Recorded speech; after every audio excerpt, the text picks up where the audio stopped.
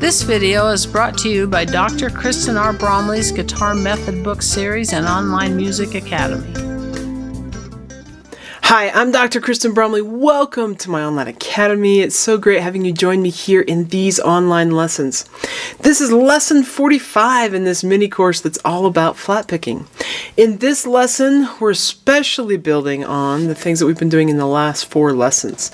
So lessons 41 through 44, where we've been working on learning to improvise little melodic ideas with the G major pentatonic scale, and we actually have an extension to that, so different ways to finger it, but also then we added in the major blues by adding in that sharp 2 flat 3 sound in between steps 2 and 3, and then we looked at other chromatics that can be added, and we did these little melodic fills. Well, here in this lesson we're going to be working on playing a whole solo over a chord progression for a song. So go ahead and dive in. We're going to be doing this with Mama Don't Lie, which is a great old jam tune. Down in the description below there is a link where you can download a free copy of the sheet music in PDF format. You're going to want to go ahead and do that. So I'm going to start off here just playing through this song. Earlier in this mini course, way at the beginning, we learned how to do alternate bass plucking with the strumming patterns. So I'm not going to go over that again, but you can insert any of those, even the walks between the little bass runs or bass walks between the chord changes. All of that can be done with this chord progression. I'm just going to go ahead and play it through once. I'm not really going to specify what alternate bass I may choose or if I do any walks, but you can do whatever ones you want. We're going to go ahead and get this in our ears so we can start doing an improvised solo over it and talk through how we can do that. So just go ahead and play it about here. So Mama Don't Lie. You can also, the melody is written there in standard music notation and tablature, so you can practice with the melody if you want more practice with melodies. I'm just going to go ahead and sing it, play these chords though. So we're going to have 1, 2, I want to ready, and Mama don't allow no guitar playing round here. Mama don't allow no guitar playing round here. Well, we don't care what Mama don't allow, we're gonna play that guitar anyhow. Mama don't allow no guitar playing round here. Okay, so that's the song. Now, if we wanted to improvise a solo over this entire chord progression, we can use the things that were introduced in lessons 41 through 44. So any of those notes, and I'm not going to go over them again, so if you need help knowing those scales or some melodic ideas and how it works over the G chord in the key of G, which is what we're in, then you can go ahead and check out those lessons. I have written out for us, over on the second page, a solo. This is just one example. It has some new melodic ideas. You can use any of the melodic ideas that were there before. And also, I'm going to talk through just a little bit about having a harmonic awareness. So, as you start to improvise, the first thing you're going to want to do is just over this entire progression, you're just going to want to use the notes from those scales that we worked on in the previous lessons. So the G major pentatonic scale, and then the G major blues pentatonic, the G major blues scale, which adds one note to the pentatonic scale, and then the different chromatics. You can use any of that, and you just kind of want to use your ear and sort of play over the top. Just improvise, make up whatever you want, and then as you get going and you get more comfortable, there's a certain harmonic awareness of the different chord changes that happens, and I'm going to talk through that a little bit. Before I do though, I'm going to lay down the chords for the song at the tempo that we were just playing the song at, so that you can practice improvising ideas over the top of that. So you'll have me as an accompaniment device. You can also do this at home with your phone and record yourself playing the chords at different tempos, but I'm going to go ahead and record it once through here, and then you can take and just repeat as many times as you need to, improvising over that chord progression. So I'm just going to lay that down for us, and then we'll look at the solo that I've written out and how it has a harmonic awareness, teach you a few more things that build on what I taught in the last 4 lessons as far as creating solo ideas. And in this case, you're just improvising the whole time. You don't have to worry about going back to the chords. I've got those covered. So I'm going to go ahead and just play through this. Play through these chords, give you something to play over the top of, and you can improvise right along with me using those scales. So you can have 1, a 2, a 1, 2, ready, and.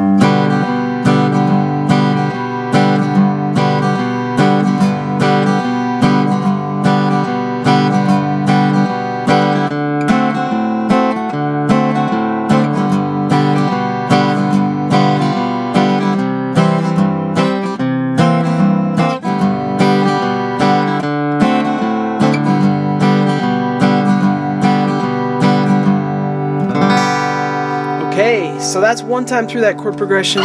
You can use that and play over it as many times as you need to and want to, just trying to get different ideas flowing. Now, let's go ahead and take a look at the solo that I've written on the second page, give you some melodic ideas, and it's just an example. If I were playing, I'd improvise. I improvised and created this one, sort of tweaked some things so I could demonstrate some things that I may or may not actually do in an improv solo, but this gives some great ideas. One of the best things to do when you're learning how to improvise and learning how to create solos is to learn solos that have been written out, or just learn solos by ear, learn little licks, and then getting those ideas under the fingers, into the head, down that neurologic system into the fingers, makes it easier to actually improvise. Because it's like learning to speak a language. As a little child, as a baby, even in the womb, we can listen for a long time, then we start trying to make those sounds, and pretty soon we can make more sentences and paragraphs, and things come together until we can just visit with our friends without even having to think about it. We can just respond to them. And it's sort of that same kind of thing, though the language is a little different than words with these melodic sounds. But it's the same sort of concept. So we're going to do that here. I'm going to play through. You can try and play along with me. It's written there for you. Just take it at a nice, slow tempo. And then I'll talk through the different parts. So we'll go back here. 1, 2, ready, and...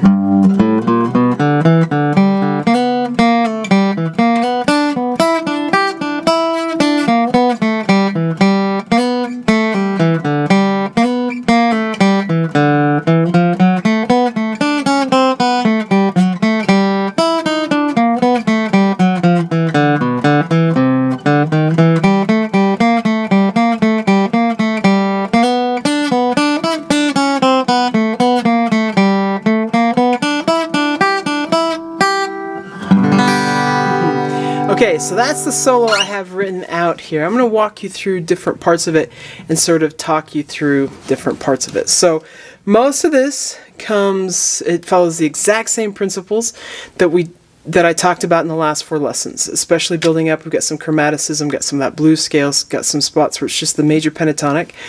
And then there is some places where with chords other than the G chord, I've got some harmonic awareness. Now we haven't yet worked on anything other than the G chord, but sometimes in this style, there's a harmonic awareness. Our ear sort of hears that, oh, we're playing over D7 now, or we're playing over C or C7. So I'm going to talk through a little bit of the choices. Now I kind of composed this solo to demonstrate and give you some licks that you could work on, give you some ideas in a real thoughtful way that might not happen if I was improvising every time. And it's okay if when you're improvising every time it just doesn't come out yet, but this is here to help you with that sort of thing. So we start off with this idea.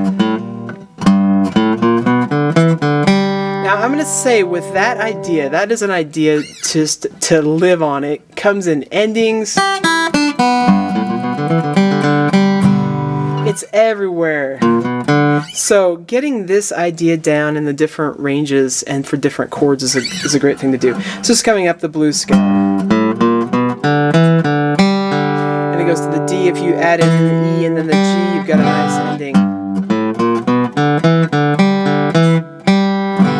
It doesn't go all the way through that, it just plays, and then we get this slide, so it's like, we're going on and doing something different now. But getting that idea under your fingers is to get a great and typical ending. Under your hands, that happens all the time. It happens with melodic fills and it happens in solos. So here we have it a little bit with a solo. Now, where do we actually go in this one? We've got this little slide from the 3rd fret to the 4th fret. And you can do a slide back or a little pull off. I'm just going to do a pull off. So that's how that second measure works. You may want to practice that second measure a couple times. So do it one more time. Then you can slide up. I'm just going to slide up with my middle finger and be in 3rd position. Which is kind of cool. So I'm going to slide up. That's how that part works. Then, as we finish off that line, with my index, I'm going to roll 3rd fret on the 2nd string to the 3rd fret on that 3rd string. Middle. And then I got to reach down to the 2nd fret with my index. And we'll end on that G. So it goes. That's how that part works. So if you work just that measure. So just doing that first line all the way into that first pitch that's on the 2nd line, that open G, would sound like 1 and 2 and ready and go and.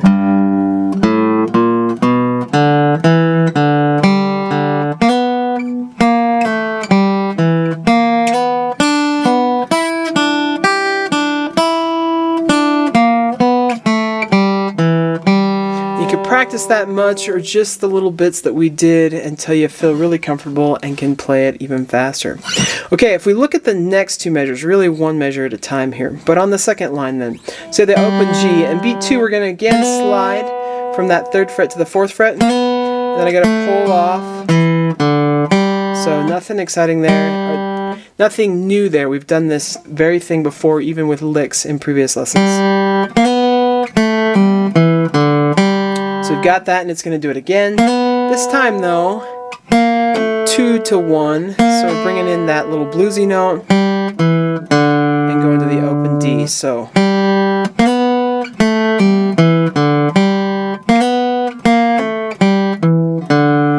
everything that we've done so far comes straight out of the previous lessons that we've done. I'm going to go ahead and play those 6 measures all the way into that open D. So we've got 1 and 2 and ready and go and.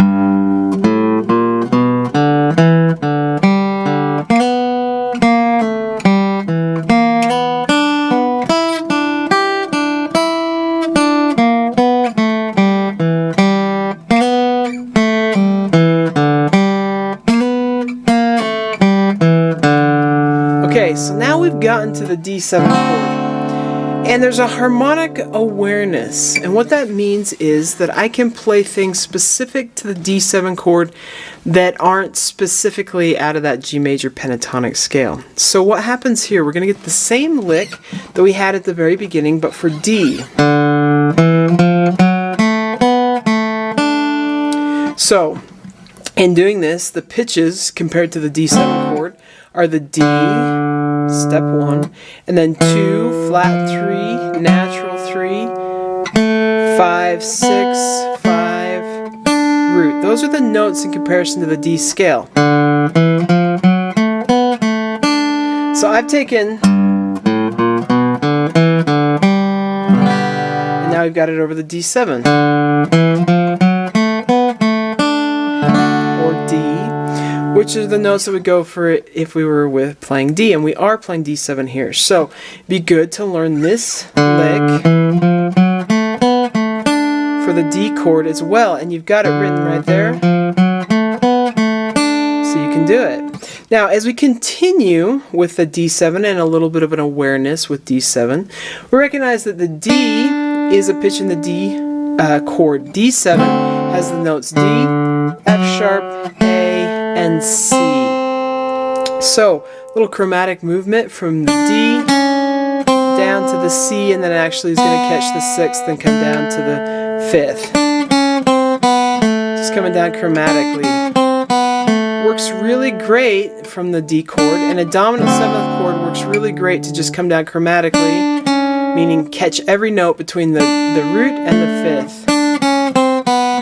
We do that there. And we can continue all the way down to the third. Some of those notes are in that G major pentatonic, some of them are extra chromatics, and then we catch the fifth, which is in the pentatonic, which brings us back to the G. So those two measures for D7 sound like this.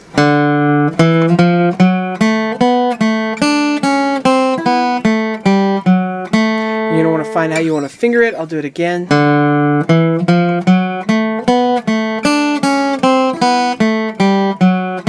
Do it one more time.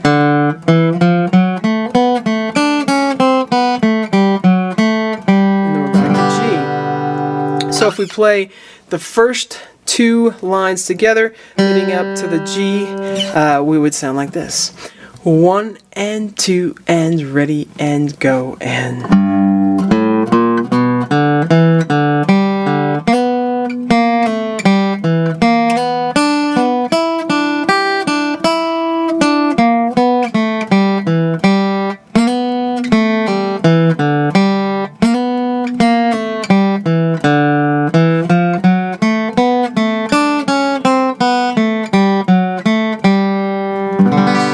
So that's our first two lines. Then as we continue, we're back in G. You'll see this fun little chromatic movement from that 6th to the 5th.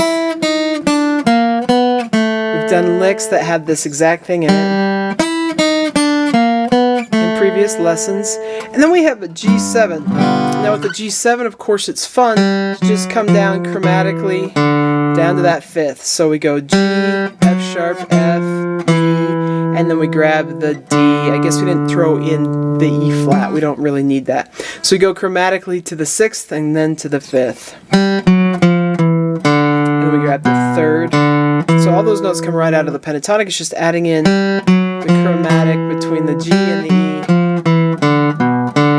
E, which sets us up then to grab the C. Now with the C chord, we're going to use that same lick again.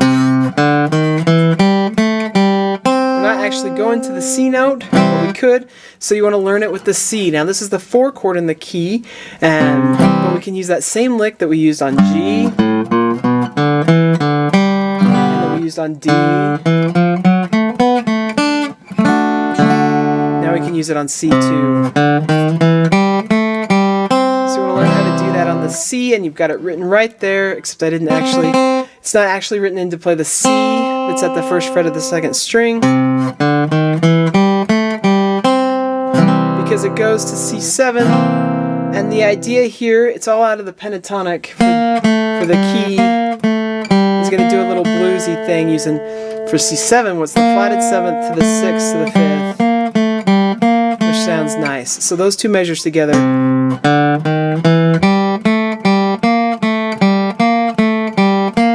how fun that is?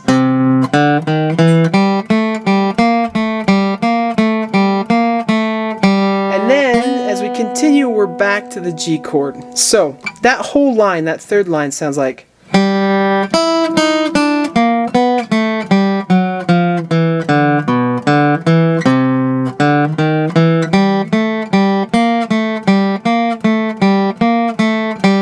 We're back to the G. What you'll notice as if you were to go through this and analyze it, everywhere we have a chord change, we're catching a note from the chord change on the very first beat. And in this case, we start off with the very first chord being G on a G note. When we get to the D7, we're actually playing a D. When we get back to the G on the 3rd line, we're playing a G. And then for G7, we're still playing the G. You don't always need to switch when we're switching qualities like that. Then to the C chord, we're playing C, and then we get the flatted 7th when we get that C7, which is the color that changes us from C to C7.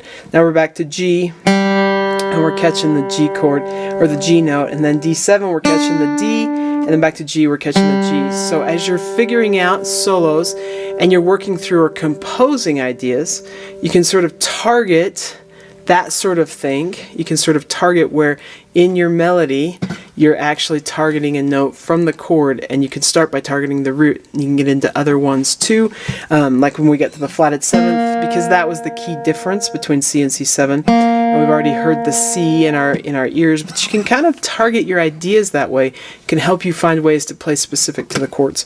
Okay, so we got the G then. So the last line. Done this sort of thing in licks, nothing new.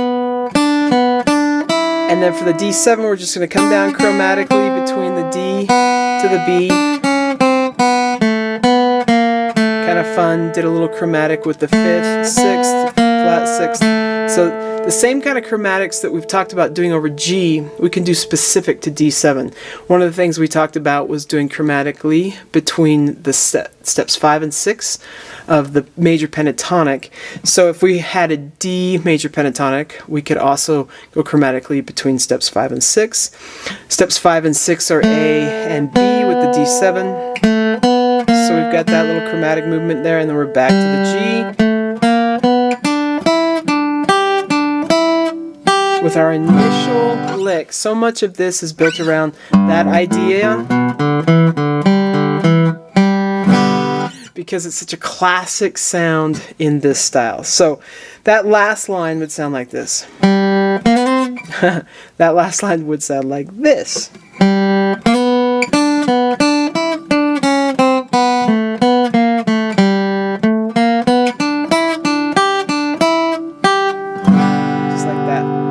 Okay, if we play the whole solo at that tempo, it sounds like this.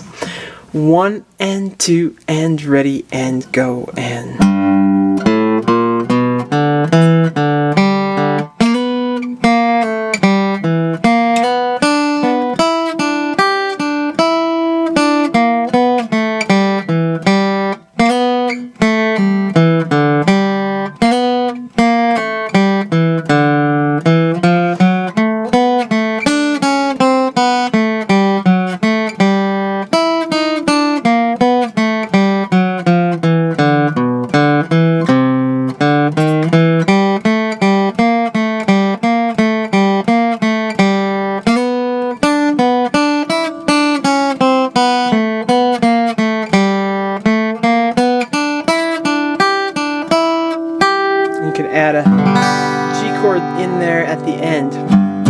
Okay, I'm going to play the chords at that tempo so you can practice playing it over top some chords if you want to. So I was going 1, 2, and ready and go and...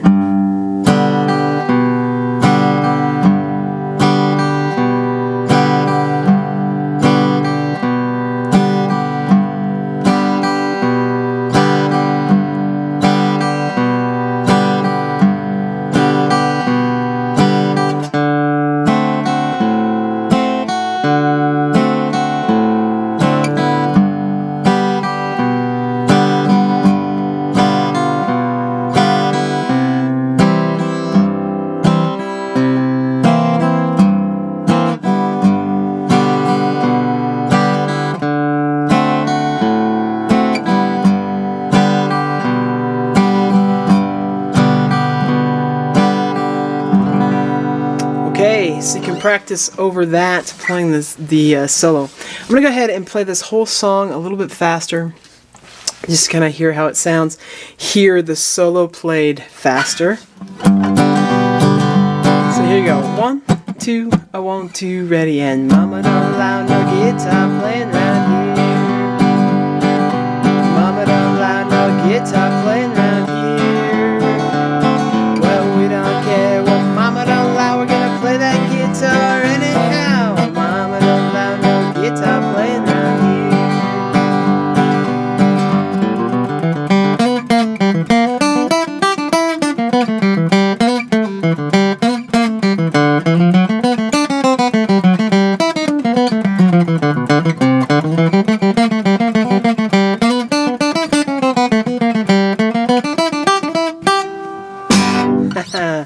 Okay, so that's how that is. Now, one more time, I'm going to lay down the chords for you to sort of improvise with, or even try playing this a little bit faster. Give you another tempo you can play right along with me at. 1, 2, 1, 2, 3, 4.